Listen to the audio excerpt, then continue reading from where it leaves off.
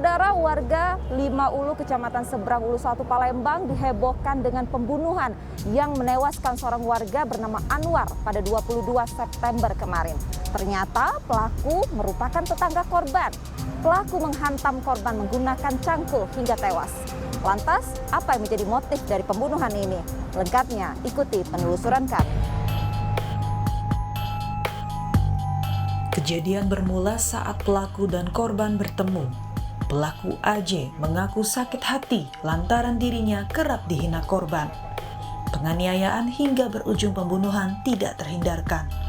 Pelaku pun mengaku dirinya tidak menyesal atas perbuatan yang ia lakukan. Tim gelar perkara mengkonfirmasi pihak kepolisian bahwa pelaku secara spontan membunuh korban. Namun rasa sakit hati pelaku dipendam sejak lama. Terungkap perkara ini, yang jelas pertama setelah kejadian kami menerima laporan dari warga setempat, otomatis untuk piket dan KSPK itu mendatangi lokasi, dan saya juga mendatangi lokasi, dengan polsek setempat pun juga mendatangi lokasi. Setelah datang ke lokasi kita cek TKP-nya dan langsung karena warga juga ada yang mengetahui kejadian tersebut, sehingga kita sudah tahu langsung identitas pelaku. Langsung melakukan pengejaran terhadap pelaku. Dan untuk di TKP langsung kita olah TKP, untuk unit identifikasi kami olah TKP, mengamankan barang bukti, cangkul yang digunakan oleh pelaku, karena ditinggal oleh pelaku pada saat setelah memukulkan cangkul tersebut ke arah kepala korban. Nah, kita langsung pengejaran. Di wilayah seputar TKP. Memang kebetulan keluarga dari pelaku banyak di situ, keluarga korban juga banyak daerah situ. Pokoknya kita kejar terus sampai, karena kejadian itu sekitar jam 17:00 WIB. Kalau nggak salah kejadian kurang lebih. Kita sisir lokasi, kita cek semua kemungkinan yang tempat si pelaku ini melarikan diri ya. Sudah kita cek, alhamdulillah sampai malam dan sampai subuhnya lagi berhasil kita temukan pelaku. Tangkap, kita interogasi. Dia dari TKP dia lari ke arah jalan besar katanya. Dia naik mobil angkutan kota, terus dianya sempat sembunyi di kayak ruko lah ya, kayak ruko-ruko gitu kosong. Dia sembunyi, terus dia jalan lagi sampai malam-malam, terus alhamdulillah kita berhasil mengamankan pelaku. Jadi berniat pada saat itu pelaku untuk melarikan diri ya Pak? Iya. Kejadian. Betul sekali. Motifnya sendiri ini dari keterangan si pelaku, dia sih tersinggung ya.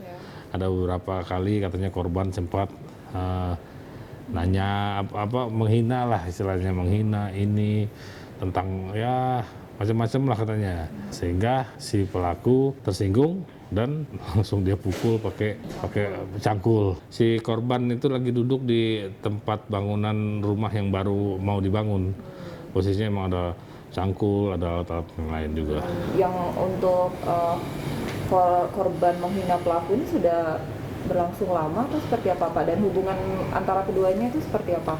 Jadi kalau ini dari keterangan tersangka ya, dari tersangka bilang memang beberapa kali katanya ngina katanya kan, tapi omongan nih dari perkataan aja bukan. Terus nah, untuk hubungan sendiri korban dengan pelaku ya tetangga aja, karena tetangga seputaran situ rumahnya dekat. Dia bilang stres deh gitu, pokoknya hinaan-hinaan yang ya menurut pendapat pelaku ini tidak pantas menurut pendapat pelaku ya. Nah, jadi sehingga dia emosi, dia langsung ngambil cangkul, dia pukul kepalanya ke arah. Mereka berdua tetangga udah lama ya? Udah lama. Tapi untuk peristiwa penghinaan itu baru belakangan ini? Iya, baru belakangan ini. Kalau keterangan dari pelaku ya. Dan ancaman hukumannya? Kami terapkan dia pelaku itu 351 ayat 338 KUHP, pasal 338 KUHP, kita juntuhkan 351 ayat 3 karena korban meninggal dunia. Untuk ancaman hukuman lumayan besar itu Pak, sekitar 10 tahun kalau 338. Kalau untuk motif dia dimasukkan berencana mungkin kayaknya enggak, karena yang itu kayak spontan juga ya. Nah, jadi untuk unsur berencananya tidak ada. Pelaku ini diketahui belakangan kerjanya apa Pak? Pelaku ini serabutan kerjanya, jadi ya nggak ada kerja istilahnya. Mau ini ikut, ya kerjain, ikut sini, ikut sana gitu. Dari pengakuan pelaku tak ada rasa penyesalan sedikit pun. Pelaku mengaku kesal karena korban kerap menghina dirinya juga keluarga pelaku. Aksinya masuk jeruji besi pun tak pelaku permasalahkan. Benar korban menghina Bapak? Benar. Menghinanya kayak gimana? Ya menghinanya kayak dari permainan, bukan waktu hari itu kutanya. Tahu-tahu jawab dia kan, yang ini bukan. Ya aku refleks aja. Langsung aku keluar dari rumah, aku lihat ada cangkul, langsung aja aku hantam dengan cangkul. Permainan apa itu maksudnya? Ya permainan adalah saling tanya, saling jawab lah. Kayak gimana tuh saling tanya, saling jawabnya? Dia kata aku kan tanya Mbak macam ini, Mbak ya mohon maaf ya Mbak ya. Mbak punya siapa? Punya aku punya siapa? Punya Mbak. Mbak dari mana? Aku dari sini. Dari situ tuh Si Anwarnya menghina Bapak udah lama? Udah lama. Udah lama. Tetangganya udah lama? Udah lama, sempat tinggal satu rumah. Sempat tinggal satu rumah.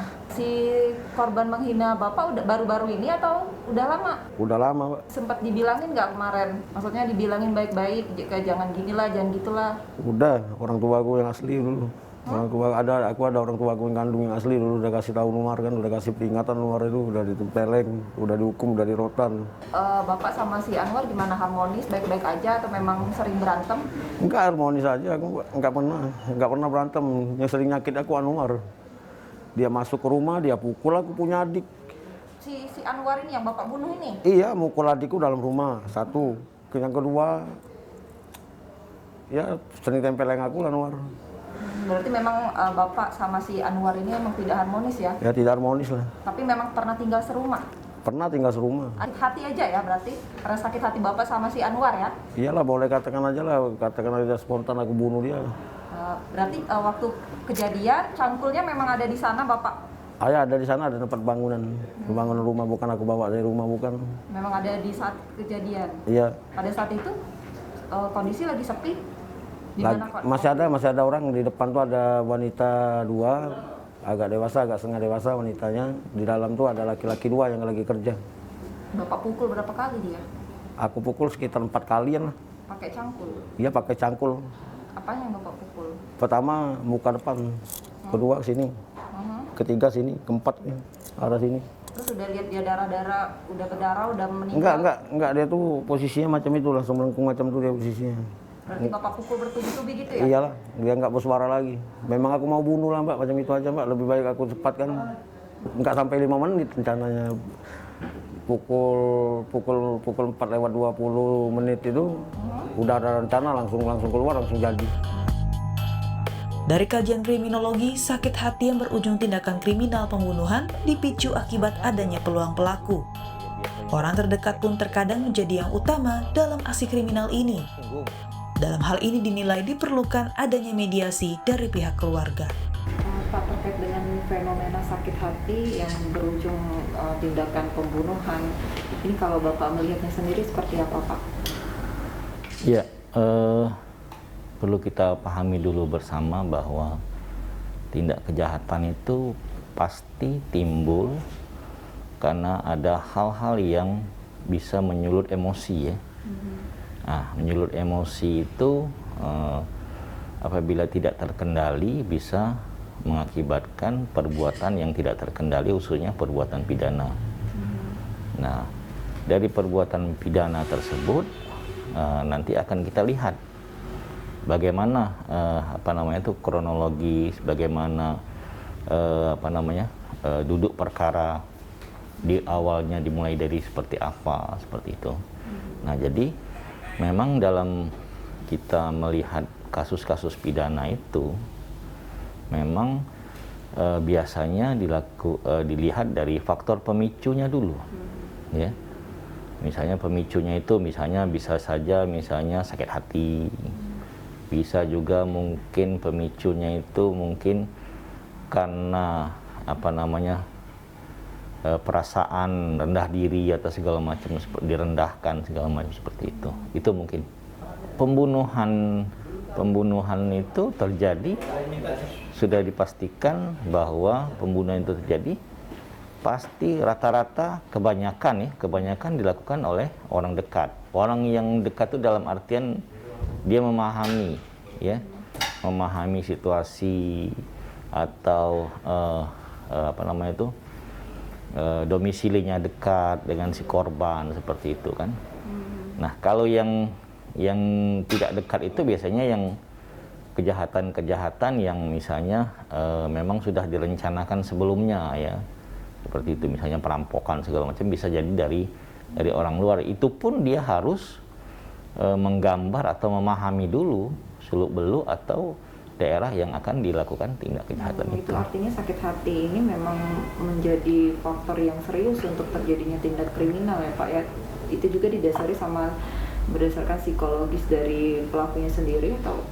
Iya. Artinya bisa sakit hati itu apabila tidak ada penyalurannya, ya. Dari sisi psikologis dan sisi kriminologinya atau kejahatan itu tidak ada penyalurannya atau tidak terselesaikan, maka akan menimbulkan konflik kebatinan atau konflik di dalam diri dia sendiri. Ya, saya pikir peran serta dari keluarga-keluarga terdekat, ya, keluarga-keluarga terdekat yang memahami situasi dan kondisi itu. Nah, jadi kalau dia melihat peristiwa atau kejadian-kejadian seperti ini, sedapat mungkin untuk didamaikan lah, dimusyawarahkan, didamaikan, seperti itu kan. Karena sesuatu yang terpendam itu, apalagi disulut ada pemicunya emosi, itu bisa menimbulkan kejahatan dalam hal ini atau tindak pidana. Saudara tersinggung dan sakit hati lantaran sering dihina menjadi pemicu tersangka AJ membunuh korban A yang merupakan tetangganya sendiri. Atas perbuatannya, kini tersangka AJ ditahan di Polrestabes Palembang dan terancam hukuman 12 tahun penjara. Reski Oktora, Yudi Kiswanto, Kompas TV, Palembang.